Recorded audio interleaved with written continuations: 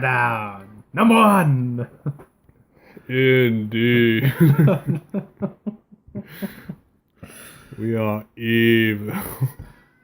That's right. We're talking all things Smackdown. Yes, the last Smackdown before SummerSlam. Can they make a better effort than Raw did? Yeah, we'll see. I think Raw wins this week. Yeah, and unfortunately, we opened the show with the Singh brothers. Oh. Introducing the modern day Maharaja, Jinder Mahal. You remember the same promo Jinder's done for the last 3 months? Yeah, I'm Punjabi, yeah, greatest WWE champion. Well, this is pretty much it again. Yeah, so we're not going to bore you with it. Moving on. Well, we got to mention Nakamura coming out. And yeah. I suppose we'll give him that, yeah. And he sort of spoke his English. Yeah, in Japan we celebrate today. Give some of that, I think it was like Fallen Heroes Day or something, and promoting world peace. Yeah, and basically at SummerSlam he's gonna beat Jinder. So, yeah. And then is where the proper action starts. Get you going for the whole show. Unfortunately, it was Natalya in action against Becky Lynch, Mrs. Irrelevant of the WWE. It's true. It's all true. Isn't it convenient how Mr. and Mrs. Irrelevant are both on the same show? Where is Dolph anyway? He sort of vanished. I don't know, maybe he's filming some crappy film or TV show. Oh god, he's going to be in the Marine 6. Oh no. So, yeah, I would love to give this match a glowing review, but Natalya just bores me, man. Yeah. We can't not forget the SmackDown Women's Champion was at ringside Oh, yeah. on commentary. Have a look at her opponent at SummerSlam. And to be honest, I don't think she should be too worried. No. It was an alright match. Yeah, it was okay, but being the last one before SummerSlam, I sort of knew where it was going to go, and Becky Lynch deserves better. Yeah.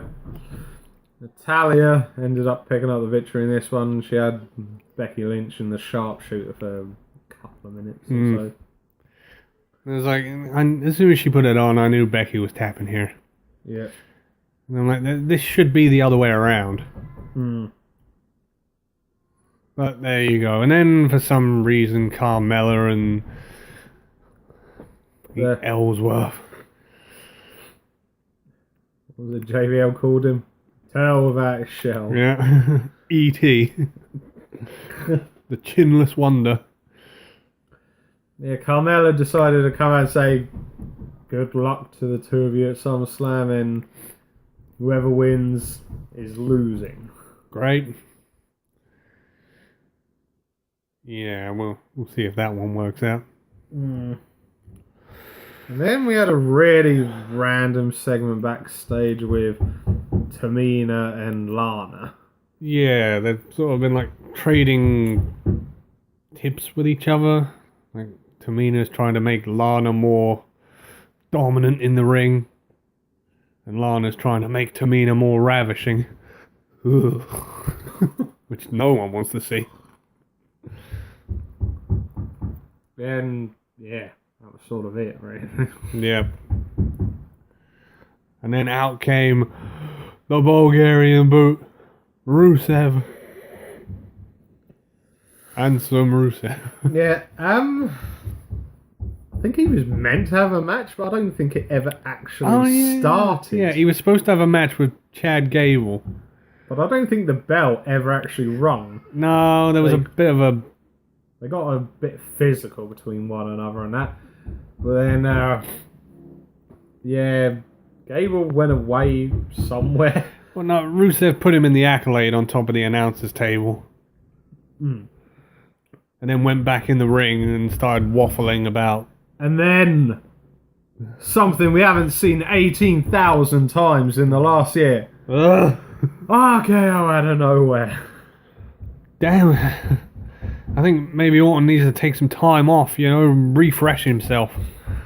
Yeah. Maybe even change his finisher. Yeah. And then into slightly more interesting stuff. Uh-oh. We had AJ coming out to apologise for cheap shotting Shane last week. He accidentally kicked him. So Shane said, "No need to apologise, but just remember, I'm the ref on Sunday." So that stuff happens again. There'll be different consequences. But I don't know, this brought out, Kevin Owens, because he's not really the face of America anymore. Right. And then he said, "Shane, I'd never hit you I'd never hit you because that's the level of respect I've got for you." Yeah. And he chucked a few insults AJ's way. And then he got physical. They started fighting. Shane tried intervening. Then Kevin Owens super kicked him in the jaw. This was brilliant. Just Kevin Owens' reaction to it. No, It was like, oh no, I'm sorry. I didn't. And then he quickly got out the ring and ran up the ramp, going, oh. Then it just sort of ended. And AJ was just sitting there laughing while Shane was holding his jaw. Oh. Yeah. And then we had some tag team action. Oh yeah. The Boozos versus the New Day. This came out, another backstage segment. The New Day wanted to know which two. Oh wait, the Usos wanted to know which two of the New Day would they be facing at SummerSlam. And Daniel Bryan said, "Well, firstly, I'm ready to join your rap battle crew." Oh no. Yeah, we could be seeing the return of B-Dazzle. Is he gonna fight another bear? Yeah, and then he said, "Right, I've already had words. You're going to be facing Big E and Xavier Woods. Kofi's going to be in the corner, cheering him on." You sure, wasn't it? I'm sure Kofi was in the match. No, Kofi was in this match. Yes, he was in this match. But they're going to be fighting Big E and Xavier Oh, that's at good. SummerSlam. That's good. I'm glad Xavier's getting involved a bit more. Yeah. And then they had a match randomly for no reason whatsoever. Yeah. New Day came out, done their usual positivity spreading. Bloke got sprayed in booty hose. Oh god. So yeah, and then it was Xavier Woods and Kofi Kingston facing off against the Boozers. Yeah. And if this is the type of match they're going to put on Sunday, then they got to make it a lot better. Yeah, it wasn't that great, and well, I don't know. I think personally, since the Usos became heels, they've dropped the ball a bit. A little bit.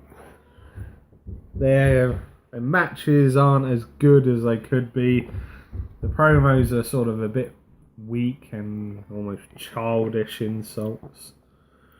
So yeah. But this time around, unfortunately, the Boozos ended up picking up the victory in this one. Yep, Kofi ended up eating a double super kick. Oh no. And he was pinned. 1, 2, 3. Now and then we're going to move on to the most important part of the night. The season finale of Fashion Peaks. Really important. I mean, we needed to know who broke Tully. Yeah. No, wait, we figured that out already. It was on. Yeah. And as well, Tyler Breeze needed to know, what did the aliens do to Breezango? Apparently they gave him a rock Oh yeah. that he could see into the future with. Yeah, we had a few comical pictures on the backboard again, as we always do. They were great. R.I.P. Tully. Yeah. Something about the bunny. Oh, yeah, the bunny from the The rosebuds. rosebuds, that's the one. For some strange reason, Kane was on there. Yeah. Who knew? So yeah, they got later. So then they said it's going to be devastating for the whole tag team division. And then we got a message pop up on the screen: Breezango will return in 25 years. Oh no! And then it quickly changed to 2 weeks. 2 weeks. Yeah, that's more realistic. So, and then we've got our main event for the evening. Oh man, and didn't they try hyping this one up? I mean, it's a mega match. First time ever. Yeah, apparently one of the biggest matches in the history of Smackdown. Oh. Jinder Mahal versus John Cena. And there was a reason why this match has never been done before. Because it was garbage.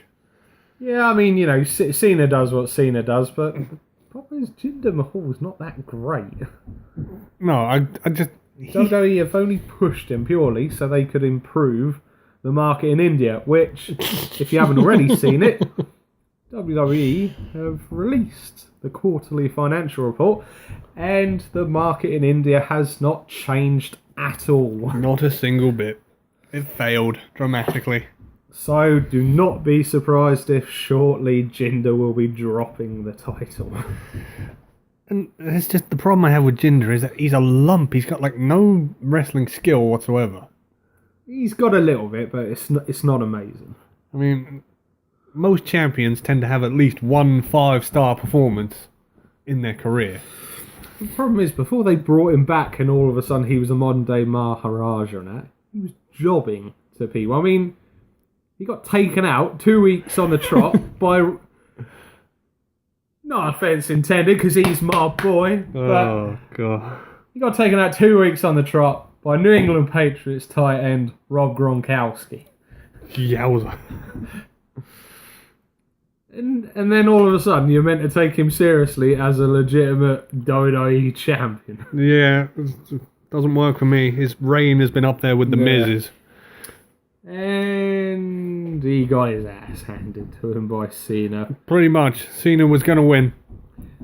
Kicked out of the AA, and then Cena said, you know what, screw this. Super AA from the top rope. And he was about to pick up the victory. And then a very miserable man made an appearance. The miserable Baron. He sort of shoulder barged Cena off of him. then he sucker punched Cena. Yeah, hit him with his briefcase. Yeah. And then he sort of like started to walk off pleased with himself. And he looked back at the ring and you there sort of think, no, they're not going to waste it here, are they? He ran back into the ring, gave the briefcase to the ref and said, I'm cashing this in. And all intenses, the crowd absolutely went mental for this. They were really into it. And they did. Unfortunately, as the ref was trying to get Jinder back up to his feet, I noticed straight away, crap, Cena's at the bottom of the ropes. He didn't make himself unnoticeable at all. So then, eventually, after a minute of dilly-dallying around, the ref rung the bell, and then straight away asked for, oh crap, Cena's up. Baron gave him a sucker punch. That was good. Went down to the floor, and then Jinder just come behind him, cheap roll up, 1, 2, 3. That was it. Well done, WWE. You've wasted yet another Money in the Bank briefcase. Yep. Which sort of says to me, what was the point of putting the briefcase on him in the first place? You may as well have just let him win it and then later that night cash it in and fail. I mean, if you didn't want him to use it properly, shouldn't have given it to him. No, exactly. I mean, thinking about it, they've probably only made him lose it so they can make the club of people who haven't cashed it in successfully bigger. Because as you know, there's only 2 people that have failed. Golden Boy. Yes. And unfortunately, we were all pissed off again with this one as well. Fortunately, the other person in that club, Damien Sandow. Oh. Yeah, that's it. Right, that's right, Vince. I said his name. Damien Sandow. Well, he'll never be able to excuse the fact that Cena was the first to fail. Yeah. And I find it funny that Cena was involved in the failure of the second and the third. How convenient. Might be a pattern there. Mm. So, there you go. Another Money in the Bank wasted. Yep. They've got a lot to make up for come SummerSlam. Yes, and we shall be discussing SummerSlam in our upcoming recording for the preview and predictions. And who we think should but won't be on the pre-show. Which we may actually watch this time. Maybe. We'll see how it goes. It depends. Yeah. So, from your hosts, the master of the brain damage, Martin? and the one and only Sam H, we'll see you again for the next one. Barbados Slim.